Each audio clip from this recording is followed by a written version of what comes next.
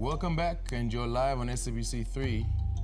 There are dreams, if there are dreams, about a beautiful South Africa. There are also roads that lead to their goal.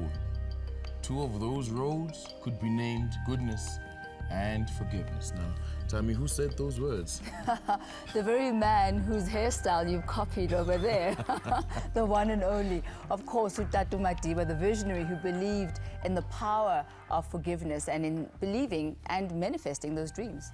Now, speaking about manifesting, many viewers are making their thoughts and feelings manifest on the social networks. One of them here is from Nokolo, who says she just got home from town. The queue to view Tata Madiba's body was just too long. Been waiting from 11:30 till 4 p.m. At least I tried. Yes, you did. See you in the afterlife, Madiba. You have done your part. Thank you, Nokolo. Why don't you get there early? You still have one more day. Yeah, definitely. And here's Madiba tribute says, Hamba kahle Tata Madiba. I'll do my part by honoring and respecting your wishes of the Rainbow Nation. All right. The next one is from Timburi, who says, rest in peace, Tata Madiba. What a great soul indeed. As President Obama said, we loved you, we love you, and we will sincerely miss you. Very sweet. And Holisani, she's our girl. Yeah. She says, the world stood still for one man. It mourns one man together. Even in his passing, he is holding us together.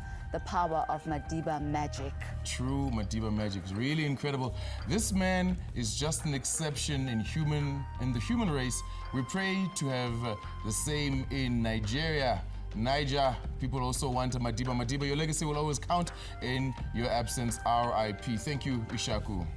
You know, you can also continue to send us your messages via the various social media platforms that we have available. If you're on Twitter, go to www.twitter.com/SABC3Madiba. Our Facebook address is www.facebook.com/SABC3Madiba.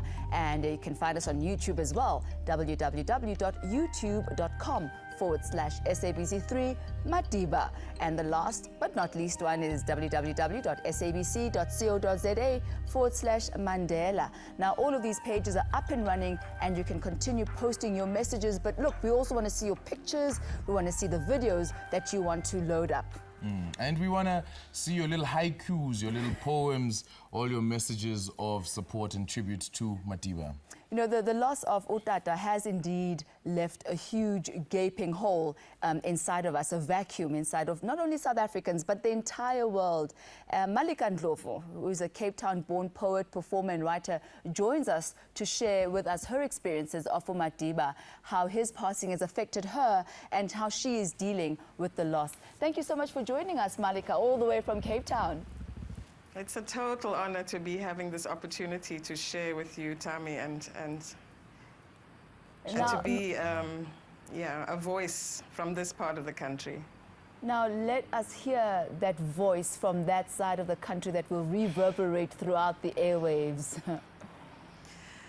All doors to your so adored body temple gently swung open with your fleeting final breath. Your face of a million unforgettable smiles quivering like falling leaves before finding their place of rest on the ground. An unimaginable hush in that moment, in that room, before the breaking of this sacred silence with the devastating news. Now, a barrage, a global barrage of projections, instant resurrections of you flood our screens, airwaves, reams of paper, our dreams. We lose center, even sensitivity, urgently dig up archives, re-edit the context, your history into competing headlines, clashing sound bites of your legacy. Evidently, we are still grappling, Tata, with what your expected yet still sudden absence actually means. How much we have already sung, toy-toyed and danced in your name since your iconic walk beyond those prison gates, your claiming of the helm. We found in you an anchor for our rampant fears and disillusionment, a torch against our many dark nights, exhumed horrors of our past. We have held your name up as a compassionate umbrella, a beacon, a banner. We have dared to see in you a mirror to our greatest selves. In your determination to not leave even self-professed enemies behind, you led a revolution of our minds.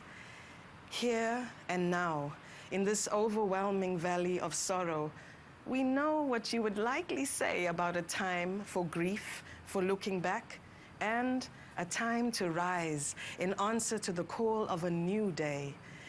Beneath the towering shadows of your immortal tree, from the soul-deep imprints you have left upon the world, upon this land, we draw hope. Make this farewell a hambagahle where words fail, yet our drumming, humming, mostly our silence, is still an epic love song. May our revived memories and convictions remain as strong, for you live on through our actions, our choices. Our work is far from done. And you, Tata Madiba, like all living legends, will never, ever truly be gone. Oh, Malika, that is absolutely amazing. Thank you so much, and bless you for that. I want to ask you, what were you going through at the time when you wrote that, and why did you feel that you wanted to write that?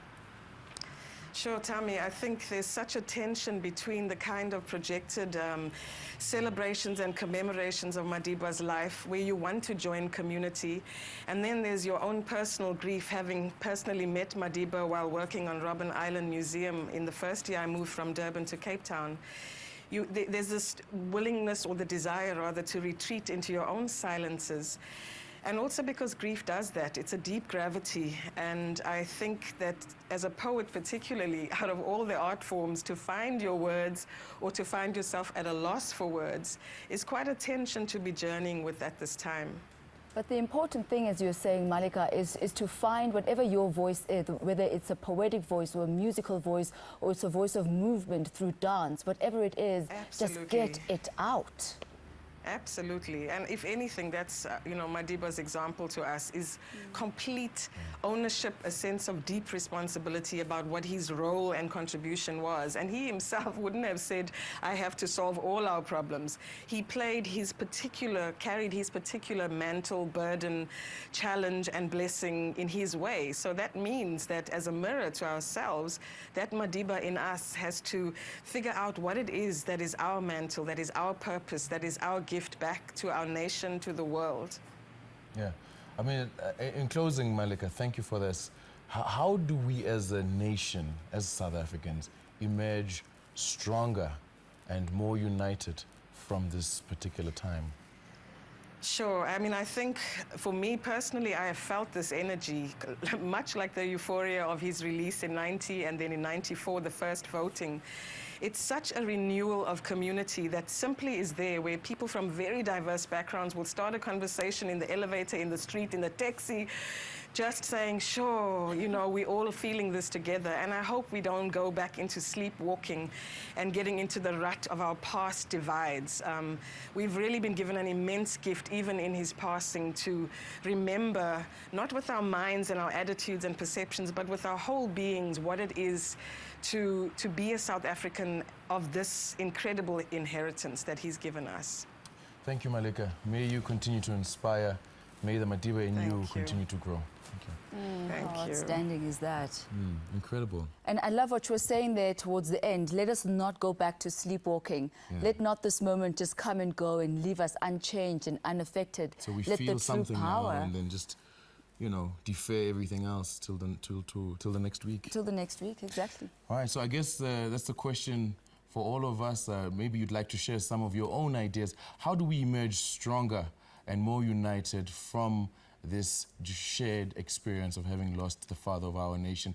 Join us on our different social web pages right now, and we'll read out some of those comments a bit later. Before that, some music to soothe the soul. This is from James Ingram. I love James Ingram. I haven't heard of James Ingram in ages. But importantly, this one is with Mbongeni Ngema. Amazing. And this one is called One More Time.